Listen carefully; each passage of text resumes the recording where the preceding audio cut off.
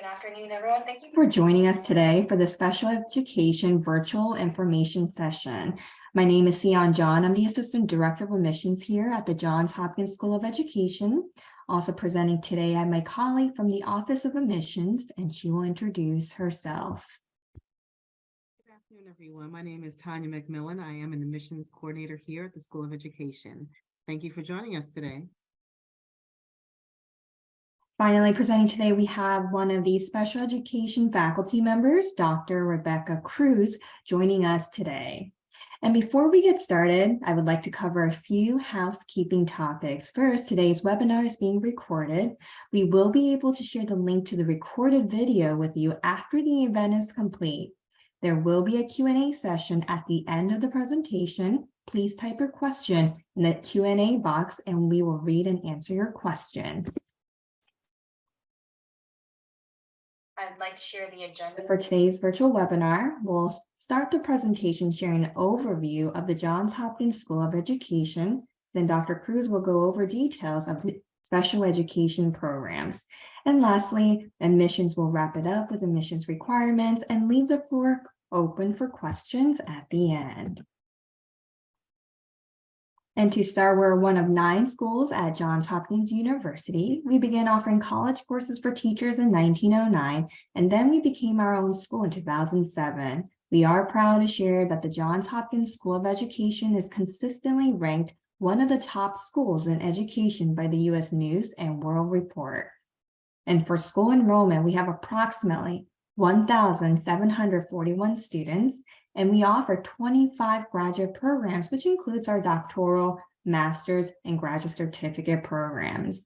And we also have a strong network of over 24,000 SOE alums. Here on the slide, you'll see the special education faculty members. Presenting today, we have Dr. Rebecca Cruz. Dr. Cruz is an assistant professor here at the School of Education. Her research interests include examining disproportionality in special education and discipline, and in redefining the concept of inclusion from a perspective that considers disability not as an individual trait, but as a product of political, social, and historical practices. Dr. Cruz teaches classes to students preparing to become special education teachers, including curriculum and instruction that provides creative learning experiences to diverse student populations. And prior to beginning her doctoral studies, Dr. Cruz worked in middle and high school settings to develop co-teaching and inclusion models. And at this time, I will hand the floor over to Dr. Cruz. Welcome. Hi, everybody. Thank you so much for being here. It's really great to talk to you. Just wanted to check, Sion, you can hear me, right? Yes, we can hear you. Okay. All right. I just want to make sure I wasn't just talking to myself and not knowing no one can hear me. Yeah, so thank you for that introduction. Yeah, so I am an assistant professor here at the School of Education, and I'm also affiliated with the Center for Safe and Healthy Schools. And so a lot of my work is around inclusion and access and working on those kinds of models. Our program is really designed to address the critical shortage of special education teachers that we see really nationwide, but also in the state of Maryland and sort of throughout the Mid-Atlantic. And this is something that the COVID pandemic has definitely exacerbated as of late. So a lot of the work that we do is really trying to support local areas and help, make sure that we are building up this pipeline to support highly trained, inclusively oriented special education workforce.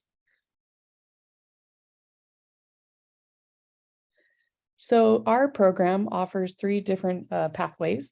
Right now we have a severe disabilities with an autism focus. We have a severe disabilities with an applied behavior analysis focus. And then the program that I support and that I will sort of speak about most today is the mild to moderate disabilities program. And this is sort of a dual certificate and master's program. So if you come into our program, then you would exit the program with your certification stamp to teach in the state of Maryland, and you'd have your master's in special education. Our course offerings, we offer sort of a cohort model. And so if you enter the program in the summer or the fall, then you'd kind of take the same scope and sequence as all of the students in that cohort. And so we offer courses in the summer, in the fall, and in the spring, and they're sort of organized in this specific way. Our summer courses were slowly migrating to be more in an online synchronous format. So you would take courses via Zoom for the summer, because a lot of folks were finding really don't want to travel to campus and come take face-to-face courses. But in our other semesters, we offer face-to-face courses. Because a lot of the folks in our program are already working professionals, our coursework all happens in evening sessions. They start right around 5. And so the folks in our program can work their full day and then do their coursework in the evenings. Our instruction right now, all of our face-to-face courses happen at the Applied Physics Lab, which is out in Laurel, Maryland. And this is because a lot of the partnerships that we have are with Montgomery County Public Schools. We also have some partnerships with Howard County, and we're working with Prince George's County a little bit. And all of those are sort of in that Laurel, Maryland area. So it's just easier for folks to make it there. And like I said, some of our coursework is offered online. We have right now 3 courses that are fully asynchronous. So you would just take the coursework online. You'd never have to meet if you didn't want to. And then we've got some that are synchronous, so you Zoom in, and then we've got some face-to-face ones. In this cohort model, a typical program takes 2 years. So if you started in the fall, then you would do fall, spring, summer, fall, spring, and then graduate in that summer. So it's 2 full years, including all 3 sessions. Some folks who are doing a lot of working and really kind of want a slower program can do this program in 3 years. That is possible. And then we do have 1 or 2 students who are really ambitious, who really want to pack it all in and finish in 1 year. That's very rare, but it is possible if you really wanted to do that. It's a lot of coursework though. So a couple of the milestones that you could expect in our program, all of these are required Maryland state approved milestones that you would have to do. You would complete the Praxis 2 assessment in special education. You would complete the Praxis 2 assessment in reading, and we've got some programmatic supports for that. We've got a comprehensive exam that you would take right before you go and do your internship coursework. So all of your other coursework is pretty much wrapped up. Then, this is a written exam just to make sure that you have sort of the fundamentals that you're prepared to go out into the field and support students in a practicum. We have a culmination project, and that happens in your internship year. And it's basically a sort of like a practice portfolio thing that you put together. And then at the end of that, you could potentially submit that to Pearson EdTPA if your district that you're working for requires that. I can talk a little bit more about that if you're interested. And then we have an optional graduate project for those who are looking for more sort of research-based experiences, or they want to go into teacher leadership or something like that. They want to have some publication type opportunities on their CV or their resume. So this is something that you can opt into. And if you aren't seeking your certification, you just want a master's degree, then you would only need to do 1 year of internship. And instead of the culmination project, you would opt into the graduate project instead. And so it's more like a master's thesis than a practicum experience. So, and again, ask questions if you want more information about that, and I'm happy to talk about that. So like I said, there are 3 different pathways.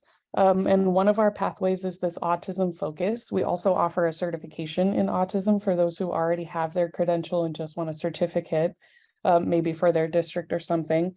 But the core focus of this pathway is to help participants gain experience in specialized instruction related to meeting the needs of students with autism spectrum disorder. And you would be credentialed for K-12. It's a 36 credit coursework program. And so it's 6 in-person and 6 online courses and 1 applied internship. Most people complete that program in about 2 years. And our program lead, Tammy Martyr, is the person that you would contact for more information about that specific program.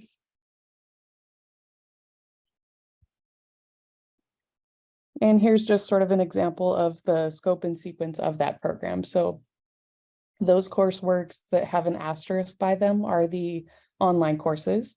And so in coursework like inclusive practices for autism, for example, you would learn about some kind of best practices to help support students with autism in general education settings. You might be looking at things like integrated play groups or integrated art groups are some of the important assignments that you would do in that course. And yeah, like I said, for more information on this, Dr. Martyr is the person to talk to. And so the graduate certificate in autism is another program that we offer. This is an 18 credit online certificate. So it's all online. You don't have to come into campus to do this. And rather than ending this with a master's degree, you would have a certificate that you could use at your district to, get your bump you up in a pay scale or something like that. Or we also have a lot of parents who are interested in knowing more about how to support their student that do this program. And so a lot of different people that access this program, it addresses the wide range of competencies that are necessary for effective educational programming for students with autism spectrum disorder.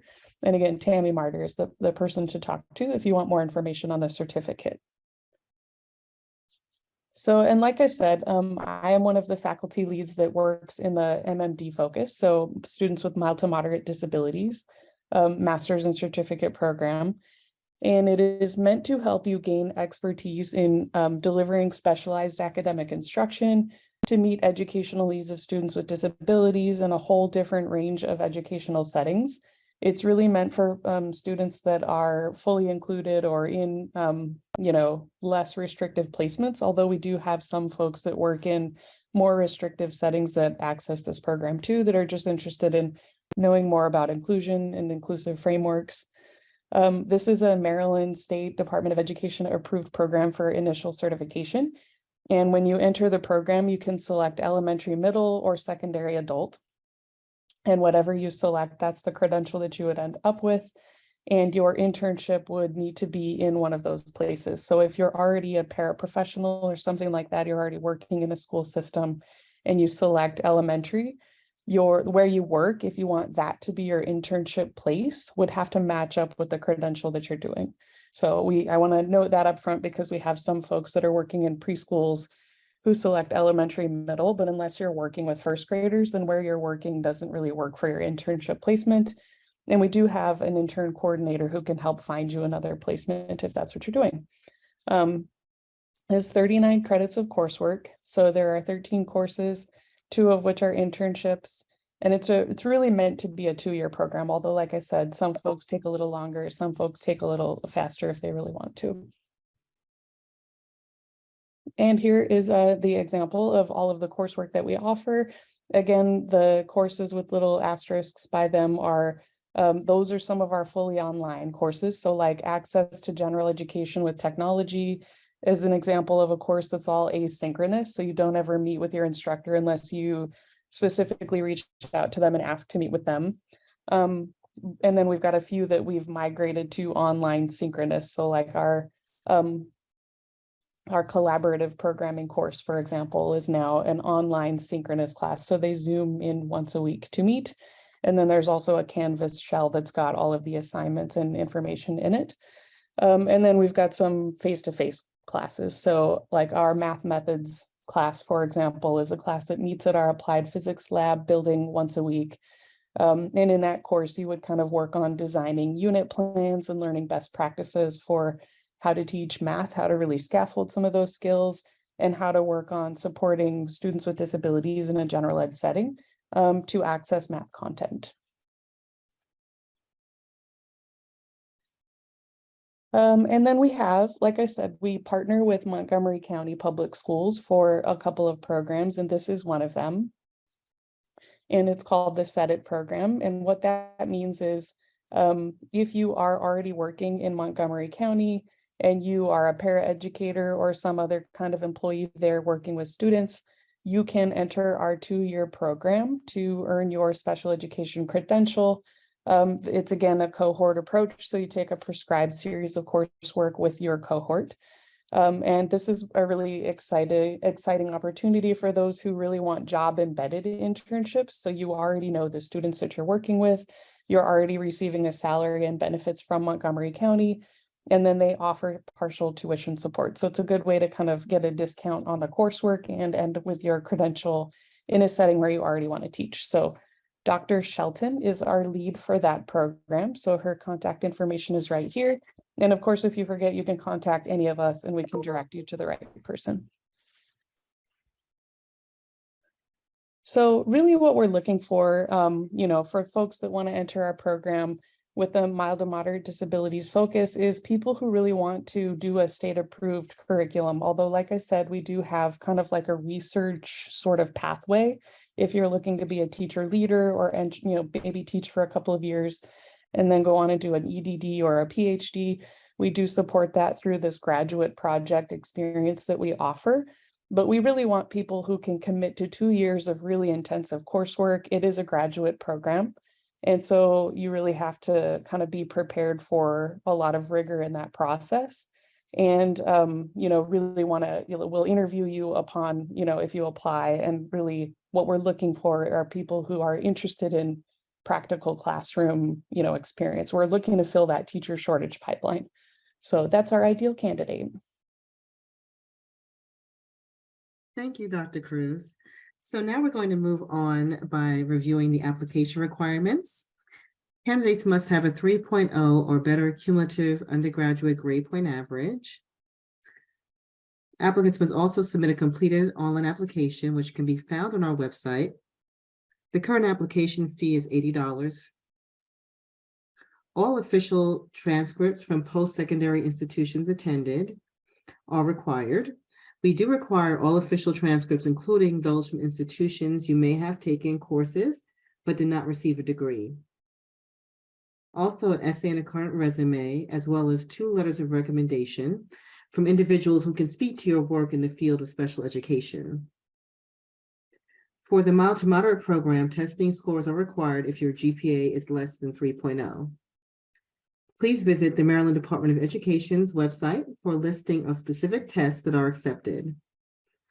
Lastly, applicants who meet admission requirements will be asked to interview in person, via Zoom, or by phone to ensure that their goals align with the program's goals before an offer of admission is made.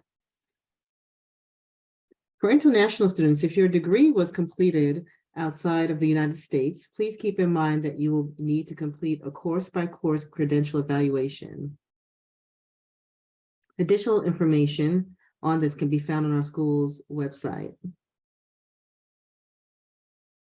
Please note that both programs offer part-time enrollment only. Admission is not open to international applicants seeking F1 or J1 visa for this program. On this slide, you'll see the current tuition fees.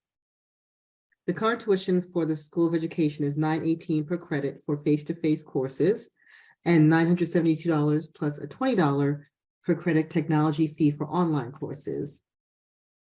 In addition, the registration fee is $175 per semester, and there's initial application fee of $80 when you submit your online application. For more information on tuition and fees, please visit our School of Education website. If you're interested in applying for federal financial aid, we strongly encourage you to apply for financial aid when you start your application by completing a FAFSA form. You will also find here external resources via scholarship.com and teacher.org.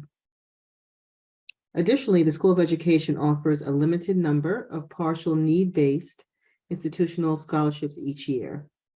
And these awards range on average from $500 to $1,500 per semester and are applied to the tuition expenses beginning in the fall semester. Please keep in mind to apply for the SOE Endow Scholarship, students must complete the FAFSA form. To learn if you qualify for the Endow Scholarship or have any questions regarding financial aid, please visit our School of Education's website as well. At this time, we'd like to open up the floor for questions. You can certainly enter any questions in the Q&A area. And Dr. Cruz, it looks like we have some good questions. Feel free to Let's see, and we have 2 questions, so feel free to answer the 2 questions. Sure. I actually don't know the answer about the GRE though. Is that So the GRE is not required for the special education programs. okay? Yeah, sorry about that. And then the other question I see here, can I move on to the ABA program after finishing the program? I was wondering, I'm not sure if this person means so completing the MMD masters, then moving into ABA after that. If the answer, or if that's the question, then the answer is yes, you'd. Okay, sounds great. Yeah, so you could definitely do that. I'm not sure if Dr. Martyr would require you to apply or not to her program after finishing ours, but there's definitely no reason that you couldn't do both. And then how many spaces, and I should note too, I'm sorry, if you do want to do the ABA program after finishing the MMD, there is a little bit of overlap in coursework, so that kind of helps out there too. And then how many spaces, how many openings do we have? We don't actually have like a maximum capacity. So, that's if you apply and you qualify and we do an interview and you're a good fit, then we'll admit you. We don't really have like an upper limit. So yeah, and then I see a question here. Our program isn't open for international students seeking F1 visas. So we do have international folks in our program. I'm sorry, I don't know too much about the visa process. Maybe Sion, do you have more info on that?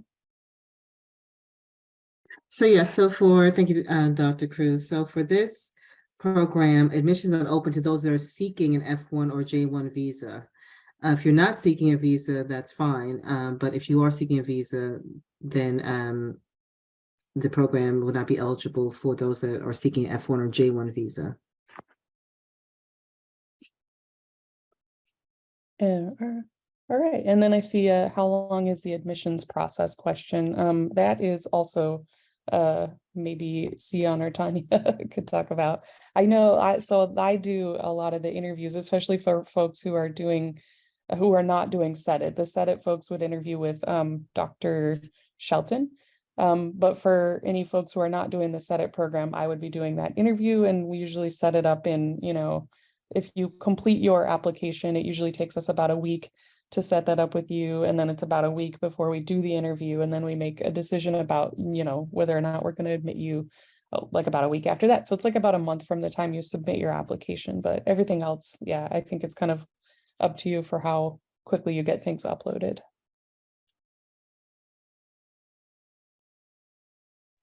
And I see Victoria's question here. So if you, so this is a really good question. Yeah. And I would say, yes. So a lot of the folks that come and apply for our program, if you're talking about how if you have a degree from a totally different country, you can still apply. I'm not sure if there are sort of some admission requirements that I don't know about that maybe Tanya or Sion could talk a little bit about, but yeah, there are some prerequisites that we would have you complete as part of our program. And we offer some of those, and some folks take them from Montgomery County, and that kind of thing. So I hope I answered that question, but yes, you're definitely able to apply. We'd be happy to take a look at your application. Yes, another thing to add on to that, Dr. Cruz, is yes, we do have a requirement for international students that have degrees outside of the United States. You do have to have a credential evaluation done for your international transcripts.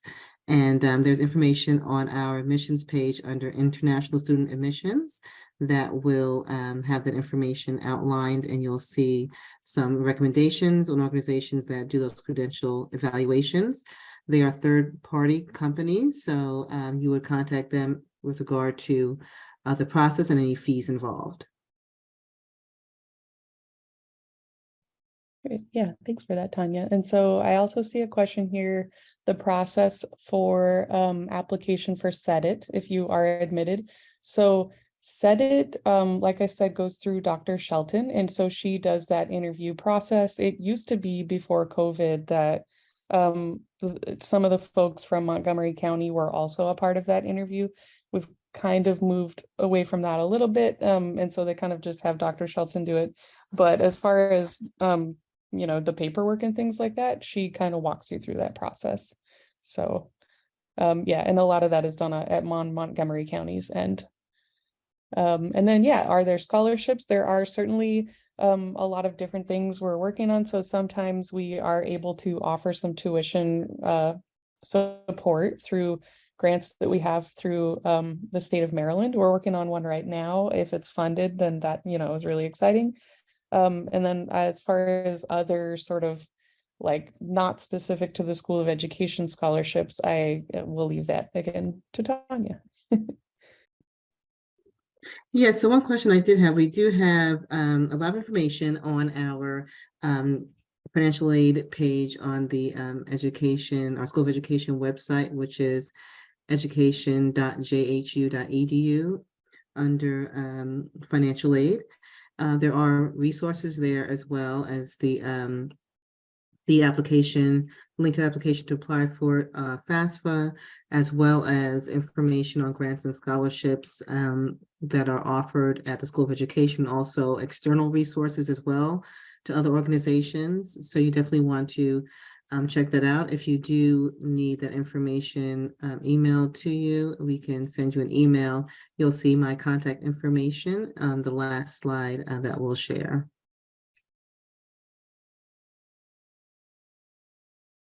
Awesome, thank you. And then I see a question here. If you already have a degree, is there a path if you're just looking for a certificate in ABA? And I am really sorry that I don't actually know the answer to this. I know we have an autism certification program, and there is a lot of applied behavior analysis in that program. So if you're looking for actually being able to do ABA, there's a lot of expertise there with that certification.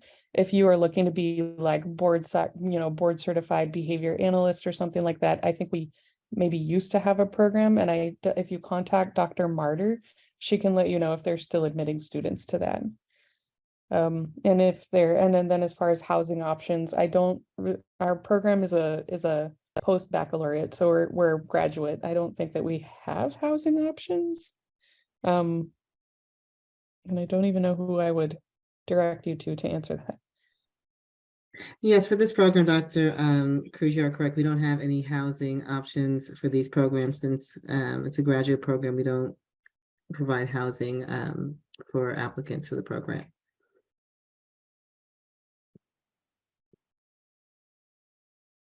Okay, and then what types of undergraduate credits can I carry on? So in order to be eligible for the master's program, you have to have an undergraduate degree. There really isn't necessarily a requirement for that to be an education undergraduate degree. But if you have an undergrad degree in education, then there maybe are some credits that we can accept. So especially like in our prerequisites. So if you had like introduction to disabilities or something like that, we could have that count as some of the prerequisites for our coursework. Yeah, so but it's a graduate program. So we have this sort of Maryland approved 36 credit scope and sequence, and we really kind of stick to that. Thank you, Dr. Cruz. Do we have any more questions? I don't see any more questions in the chat. So it looks like there are no more questions. We do appreciate you all for your interest in the Johns Hopkins School of Education and for joining us today. You'll see my contact information over on this slide if you have any questions pertaining to the application or admissions process. And then you'll see my colleague, Julie Taylor. She's the academic program coordinator. If you have any program related questions, you can certainly reach out to her as well. Thank you for joining us today, and thank you, Dr. Cruz, as well, for joining us this afternoon.